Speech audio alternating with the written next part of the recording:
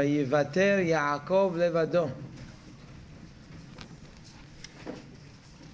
Yaakov,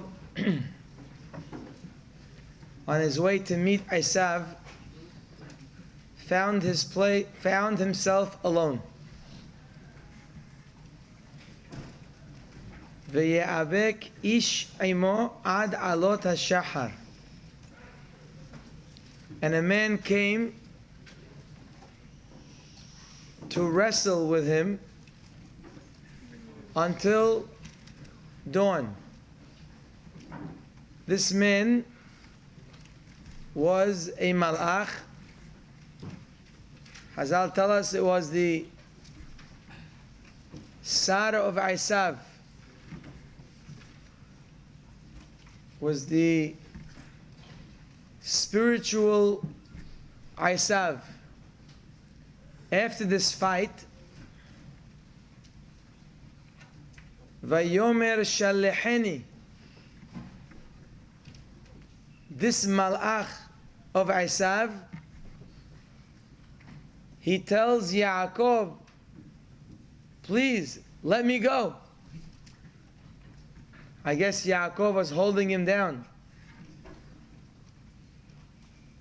Ki Allah shahar. He says it's already dawn, I have to go. Vayomer, Yaakov responds and he says, Lo ashalechacha, I will not let you go. Ki im berachtani, unless you give me a beracha.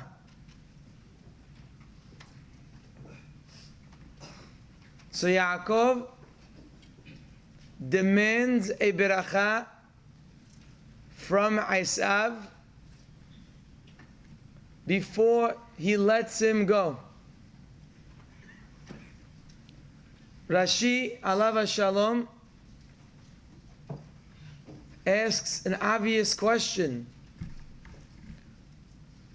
To get a beracha from Abraham Avinu, or Yitzhak Avinu, or from great tzaddikim, like we have today, Rav Chaim Kanievsky, Rav Steinemann, all the great rabbis, to get a beracha from them is obviously something that is worthwhile.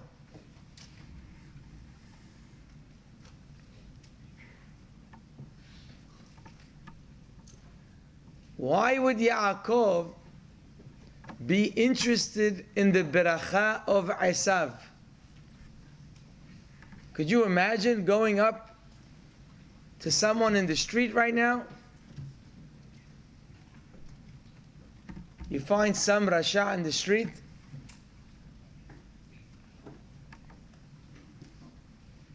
and you run to ask him for a beracha. And he says, let me go. I gotta go drink. I have things to do.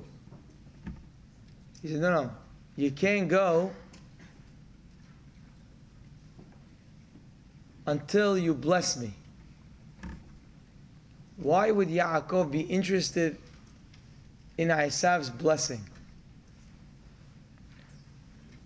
So Rashi says, he answers that he wasn't really asking for a blessing like the way we look at blessings.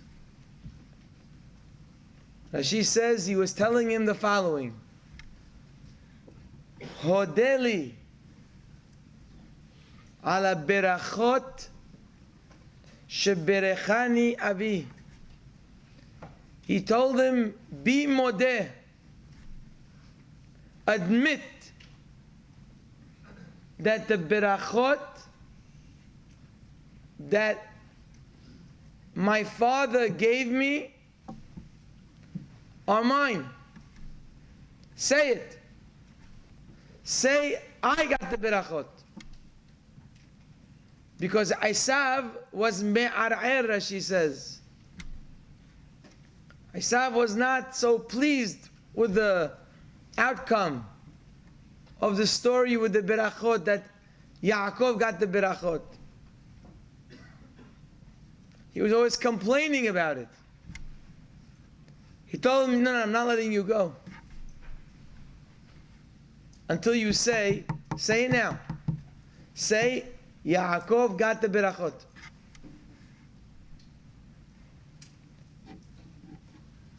The question is still very big.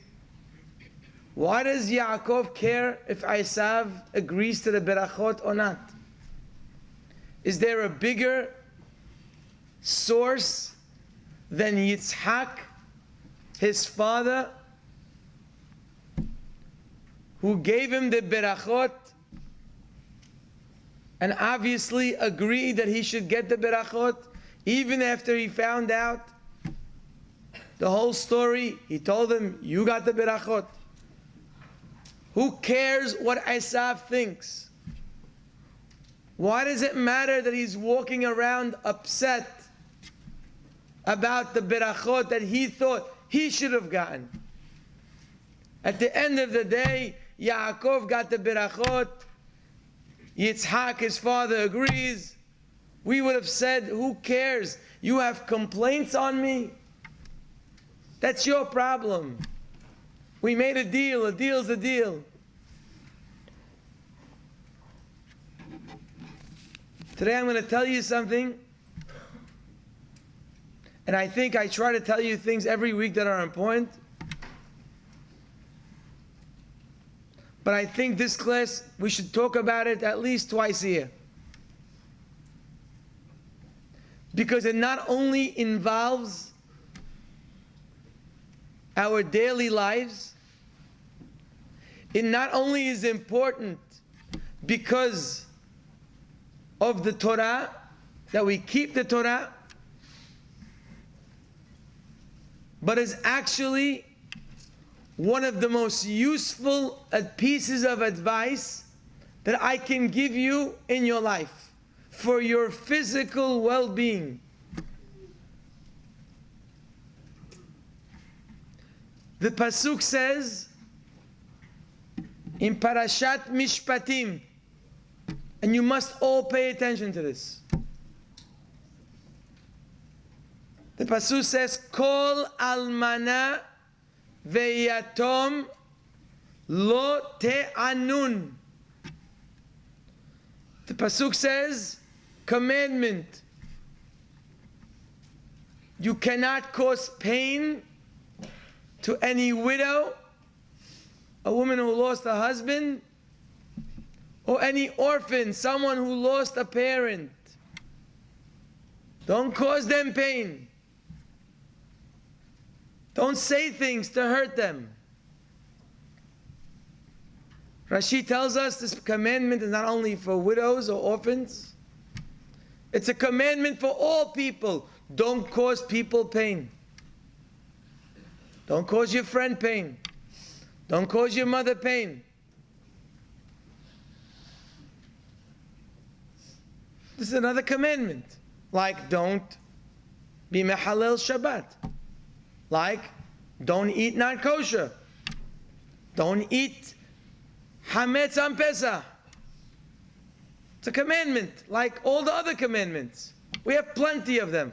Why am I highlighting this one? I told you this class is not strictly for your Torah observance.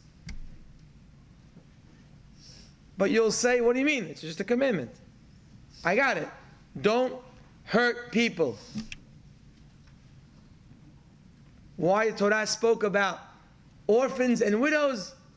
Says Rashi, because generally speaking, these people don't have people to support them, and they become easy targets.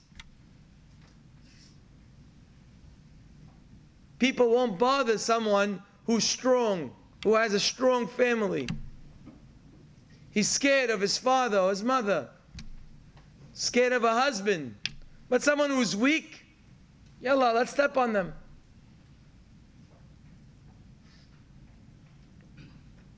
But it applies to everybody. So like I said, it's another commandment. Important commandment, like all the mitzvot. I did not come to tell you today about this commandment. You should learn it in your classroom with your rabbis.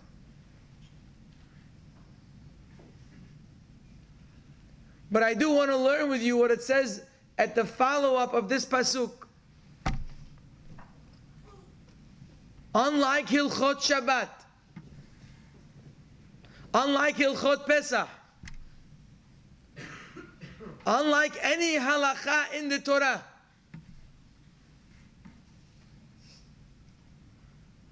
there's a follow-up to this commandment. And it's the follow-up that I want to share with you. It's worthwhile for you to hear it. The pasuk says, Im aneh te'aneh oto. Says the pasuk, be warned. If you cause pain to other people, Ki imtza'ok yitz'ak elai. If you cause them pain, and that man, or that girl, or that little boy, or that sister, or that friend, if he is in pain and he turns to God saying, Hashem, I'm suffering, they're bothering me. God says, if he opens his mouth to me, Shamoa eshma sa'akato. God says, I guarantee you I will listen to him. He could be the biggest rasha. He could be the worst human on planet Earth. There's no difference. God says, you bother him? If he just opens his mouth to me, I promise you I will listen.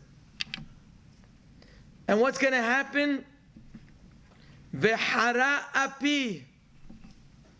Hashem says, I will be angry for him. Veharakti etchem beharev. I don't want to read the rest to you. It's not very pleasant. Basically, Hashem says,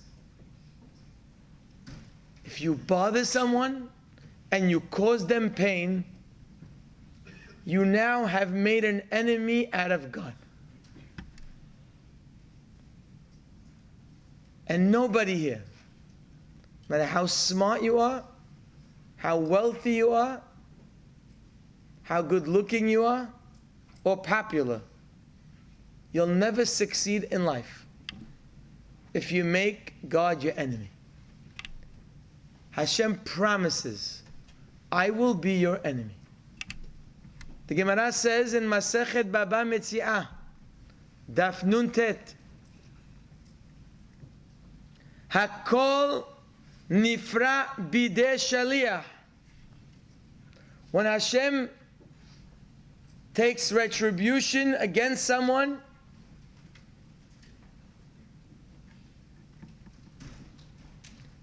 he does it through a messenger. I don't know what that means. I guess Hashem doesn't directly get involved in all punishment. With one exception. There's only one exception where God says, no. There's no messenger here. Chutz me'ona'ah. Except when we cause pain to other people.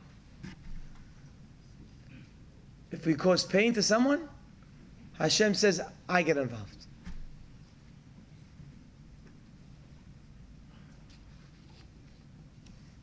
Rabbi Hizdah says, it could be certain times where the gates of heaven are closed for any prayer. No matter how good you pray and how much you cry, closed. Kol ha-she'arim nin'alim. It's possible there will be doors and locks on the heavens for tefillot. Chutz mishare ona'ah. Except if someone is praying to Hashem because someone is bothering him. Those gates are never locked. 24/7, every day of the year.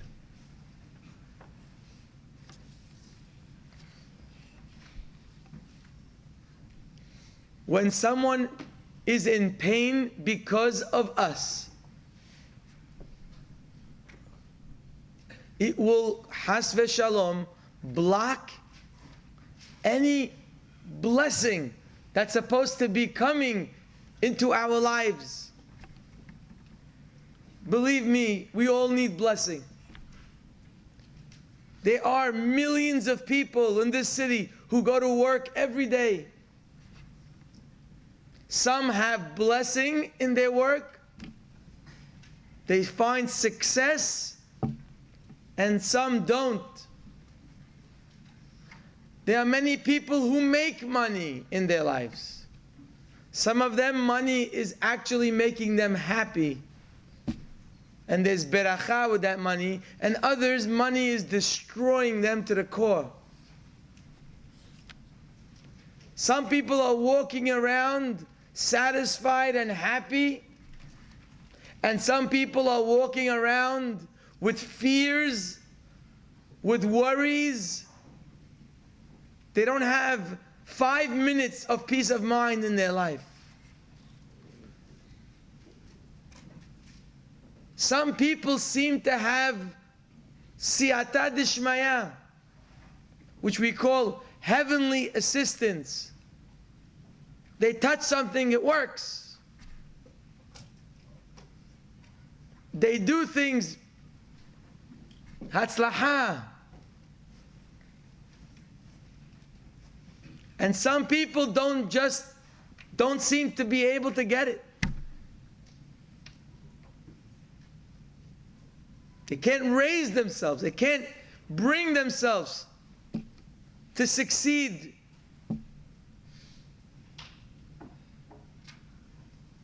Well, today we have come to a clear reason. If a person is upset because of you, if a person is feeling pain because of you, you should know that you have tremendous berachot that maybe were coming your way, but they're blocked. They will not come. You will not enjoy them because you're causing people pain. If you're bullying somebody, just know that your beracha is closed. I will tell you from personal experience. I obviously can't give you names. It wouldn't be appropriate. But I can tell you, growing up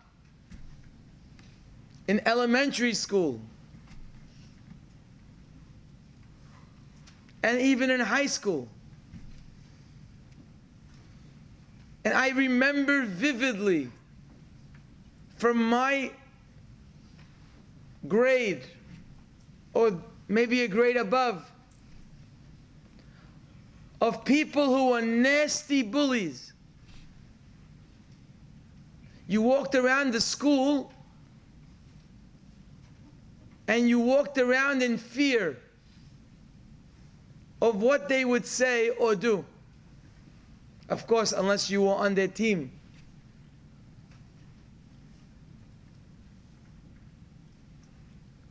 And as a young person growing up, you would say, these people, wow, they have it made. They walk around and everyone bows down to them. Everyone is afraid to upset them because they're always on edge. These people are going to have the most amazing life.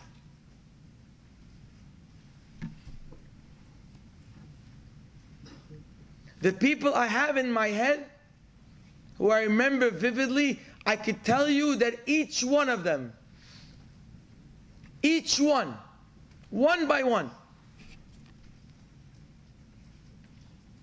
has tremendous miseries in their life for different reasons. Today, till today. In their 20s, in their 30s, 40s.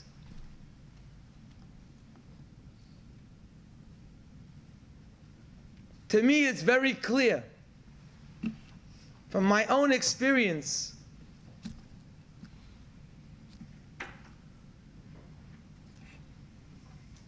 that a person who makes other people suffer is going to have, has v'shalom, a terrible ending.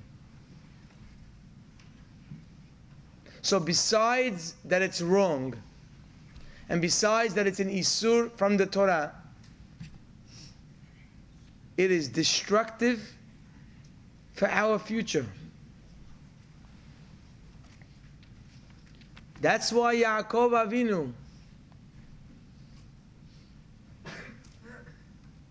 has to ask Esav, I'm not letting you go until you agree that I got the berachot fair and square.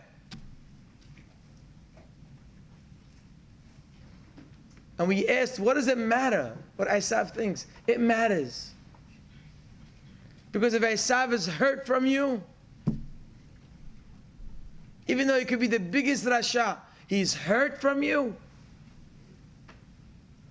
What could you do to make that hurt go away? Because it could block the berachot that you have.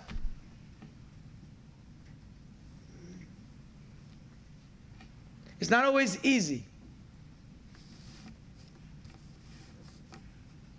But at least the simple day in, day out relationships, we have to rethink. The next time we do something to hurt someone. The pasuk says, "Lo tonu ish et amito,"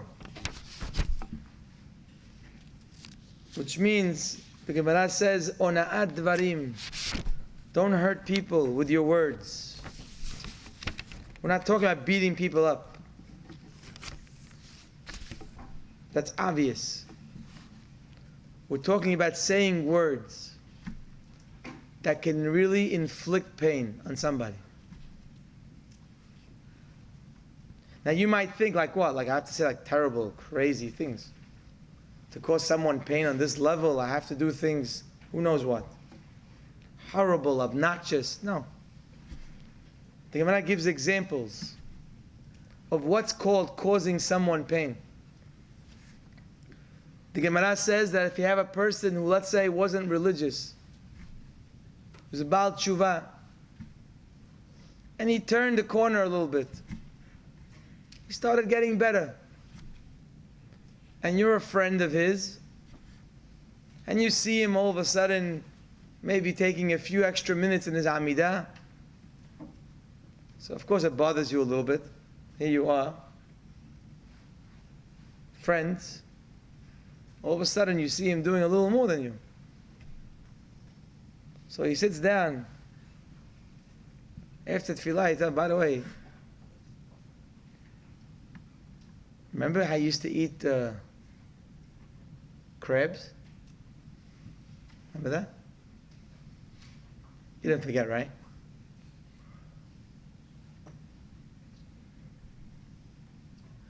Remember what we did last year, this time?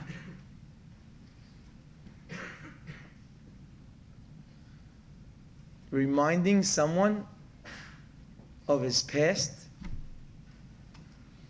can bring a lot of pain to a person who's trying to improve himself.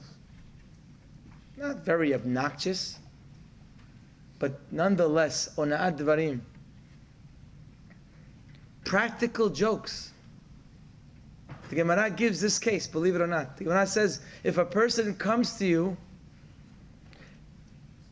and he's looking to buy wheat, and he tells you, you know someone who sells wheat, and you tell him, yeah, go this way, go to the right, travel 2 blocks, knock on the door, and you'll have someone who sells wheat. And you know, It's not true. You're just playing a joke, and you follow him with your friends, and you take a little camera and say, oh, well. And you knock on the door, and the guy sells jewelry, and he's telling him, can I have wheat? And everyone goes, ha, ha, ha. Practical joke. It's just a joke. It's just a joke. It's not real. Not really trying to hurt the guy. It's a joke.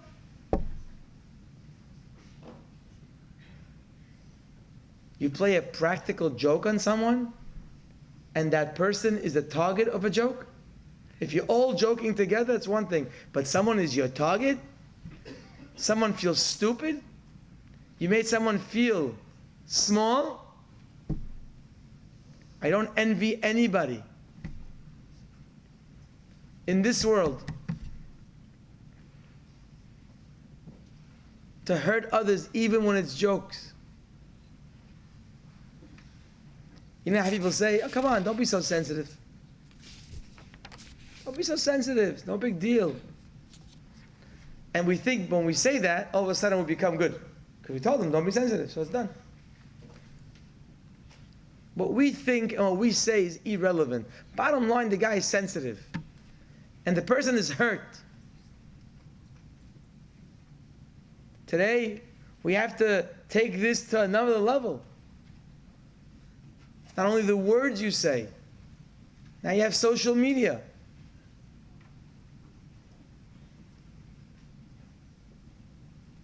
I don't think chats is a great thing to do. I'm not against technology personally. I think chat's a big waste of time.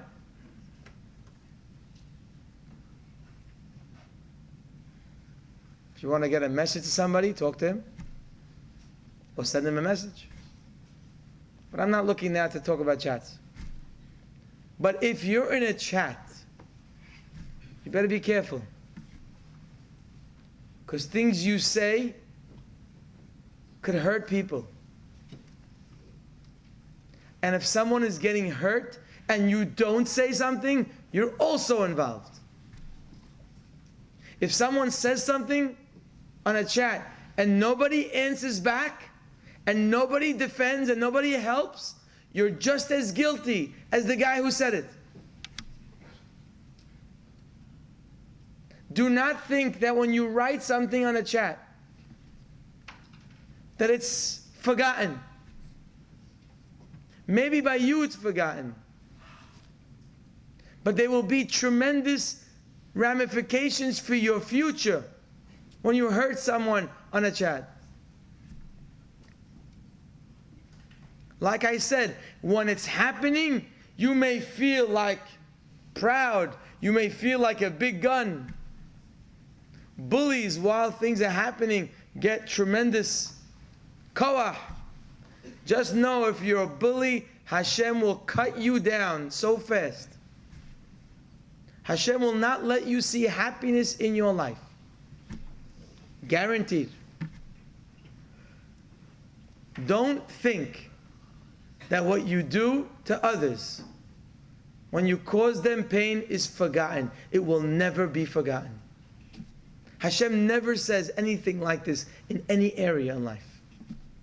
He doesn't say, if you mehalel Shabbat, I'll never forget it. You'll never see a happy day. He doesn't say that. No commandment. Only this one. Be careful before you say or before you press.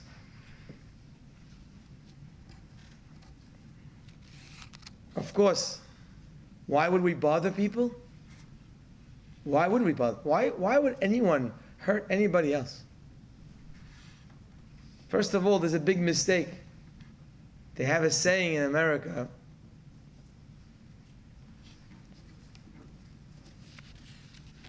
sticks and stones may break my bones, but words can't hurt me. This is not true. There's no statement that could be less true than this. It's exactly opposite. You hurt someone physically, okay, it's pain. You hurt someone with words, there's no greater pain in life. than the pain of someone being hurt with somebody else's words. Why would we do that? Why would we cause such pain to people who are just like us? What are we getting out of it? What's the benefit? Unfortunately, I can give you a few different benefits that we all have to struggle with. Benefit number one, jealousy. I'm jealous. I see a guy has more than me. I see a guy smarter than me. I see a guy has more money than me. I see a guy is more popular than me. And every time I see him, it kills me. Kills me. I'm not as smart as him. I don't have money like him. And all of a sudden, he gives you a chance to hit him hard. You find something that's also weak in him. Wow, what a prize. Finally, I can feel a little better about myself. Finally, I can show, you know what? I have more than him. Jealousy is a big reason for being a bully.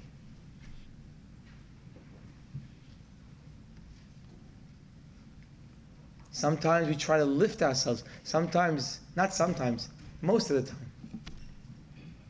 I remember one time in school, not this school, I was giving a class.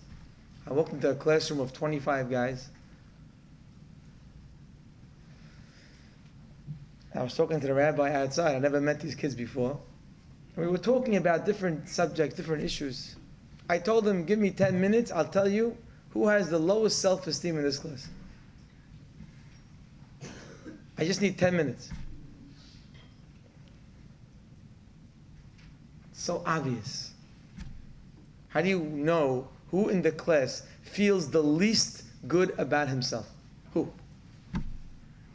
I'll give you a secret. It's not a big secret. You could use it yourself. Walk into a new classroom, you meet 25 boys, you never met them in your life. Within 10 minutes, you could tell who feels great about himself and who feels very, very low. That means low, meaning nobody can notice. It's inside. He's not going to advertise it. Meaning inside, he's feeling like a nothing, like a zero. Not worth anything. I'm a nobody. Easy. How do you do it? Simple. Very, very simple. You go into a classroom. First of all, the guy tries to be a clown within the first 3 minutes. Check. The guy's trying to get attention. Check. Not every guy who's quiet means he has self-esteem. Some guys are quiet because they don't know how to talk. So I'm not saying if it's being loud or being quiet. But it's easy to know who's thirsty for value, who needs to create commotion so they're noticed. And what better way to create attention to yourself when you can make a joke on somebody else in your class? How good does that feel?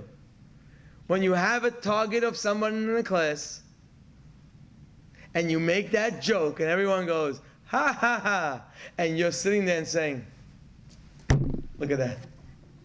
I'm somebody because they're all laughing at my jokes. Look at that. I said something. Me. I said something and everyone laughed. You know what that means? That means I'm important. That means I'm somebody. How good does that feel? Well, let me tell you something. If you hurt someone, and that's why you feel great, you raised yourself by putting someone down, in Judaism, you're called a bully. And in Judaism, bullies, God says, I promise you, I will be against you your whole life. You will not have my help in your life.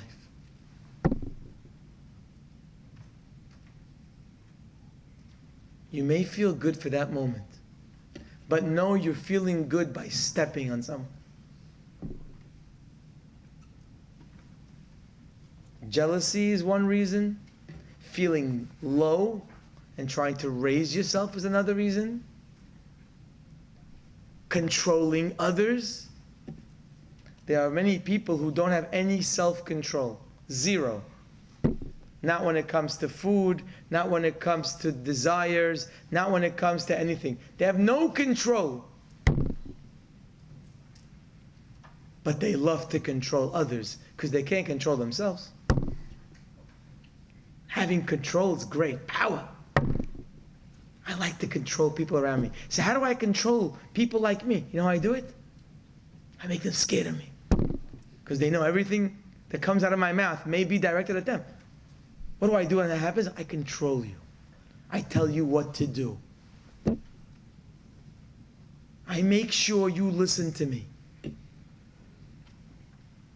So therefore, if I find something in you, boom, I hit you right there. To know I'm in control. It's me. Just know who controls this class. Know who controls this grade. It's me. You're nobody.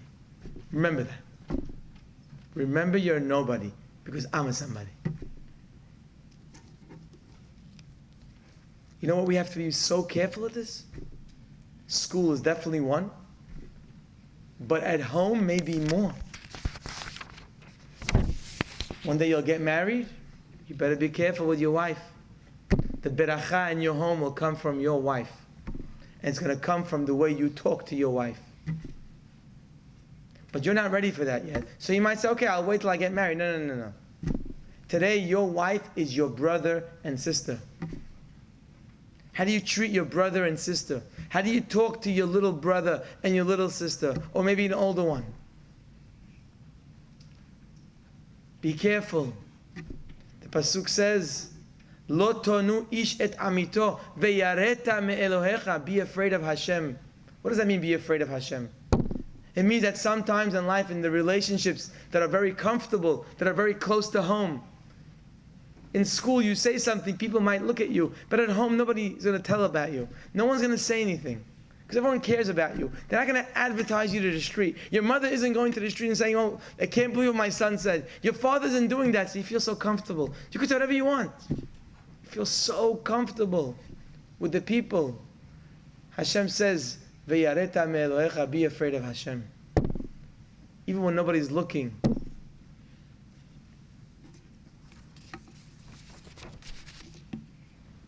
And the flip end of this, and I'll end off with this, the flip side of what we spoke about today. Let's say you're a person who's a target of other people inflicting pain on you. Now, what are you supposed to do? So, of course, you should try to figure out how to stop it. Because it's not pleasant to be in pain because of other people. But let me tell you something. There's no greater beracha that will come upon a person when he is the target of someone bullying them. As long as the person reacts properly. Meaning if you're getting bullied by someone and you're acting the right way, you're not bullying back, you're not doing things the wrong way because he bullied you. If you take it in stride, if you're right now a target of someone who's bothering you, you have a wealth in your pocket. Because the same way bullying destroys your future and your beracha, has v'shalom, being the target of a bully is the biggest source of beracha, as long as you act properly. Again, don't wish for it, because it's painful. But if it's there, enjoy it. Because you're going to get so much blessing in your life. There's a famous story, and I'll end off with a story. There was a rabbi, his name was Rabbi Yechiel Heller. He has a book called Amudei Or. It's a book of Teshuvah. He was a great rabbi. His brother is many of you maybe have learned his book, the Hossein Yoshua. In his teshuvot, when he would write someone back a letter, they would ask him a question, he would write back the letter, like Chacham Ovadia Alav Shalom would write a letter, and then he would sign Ovadia Yosef. People wrote him a letter. Rabbi, I have a question. Rabbi Heller, I need an answer. He would write at the end of the letter, and you could look at it in his books, an Amude, or he would write, He'aluv, the humiliated one, Yoshua Heller. The humiliated one, Yoshua Heller. That's how he would sign his name. The humiliated one. Could you imagine signing your name? The humiliated one? What is that all about? So he writes that when his mother was about to get married, she was a young, beautiful girl, came from a beautiful, great family, was a beautiful religious girl, and they had money and everything going for her. Her father owned a liquor store, very well-to-do. And one day he had to go out of town. He asked his daughter if she could be taking care of the store. And some terrible person spread a rumor about this girl at that time, that she was talking to a goy. Someone who didn't like the father. And this rumor, unfortunately, like rumors sometimes do, spread and spread and spread, and it became like fact. And when it came to give a shidduch for this girl, nobody's going to take her. This girl, everyone's talking about her. She couldn't find the shidduch for 1, 2, 3, 4, 5 years. And finally her father gave up. She could have gotten the top guy. Beautiful girl. And she ended up marrying the wagon driver of the city. Not the wagon driver, excuse me. The wagon driver was an upgrade. The guy who walked with the wagon driver. That means the guy who's driving the wagon, there's a guy in the floor who was helping him. The lowest you can find. But there's no choice. She has to get married. Not a Talmid Chacham, nothing, zero. And under the chuppah, this girl cried.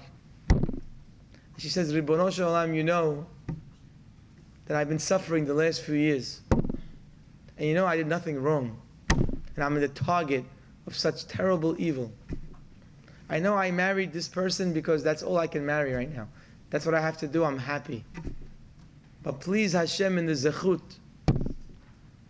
of all my suffering through people's words, please let my children be Talmidei Chachamim. That's all I want. I want them to be the greatest people. She had 4 boys. Each one of her boys was a gadol in his generation. The Amudei Or and Hossein Yeshua, 2 of them. 2 out of all 4 were Gedolei Olam. And therefore he writes in his Teshuvot, I am the humiliated one. You know why I became who I became? Because of the greatness of my mother. What was the beracha that my mother had? That she was bullied. If you are bullied in life, take it with simha. Take it with love. Because you're going to see great beracha. But not if you bully back. And not if you do the wrong thing back. No. That won't work. Take it with simha. Because there's great blessing when you're on the other side. Shabbat Shalom.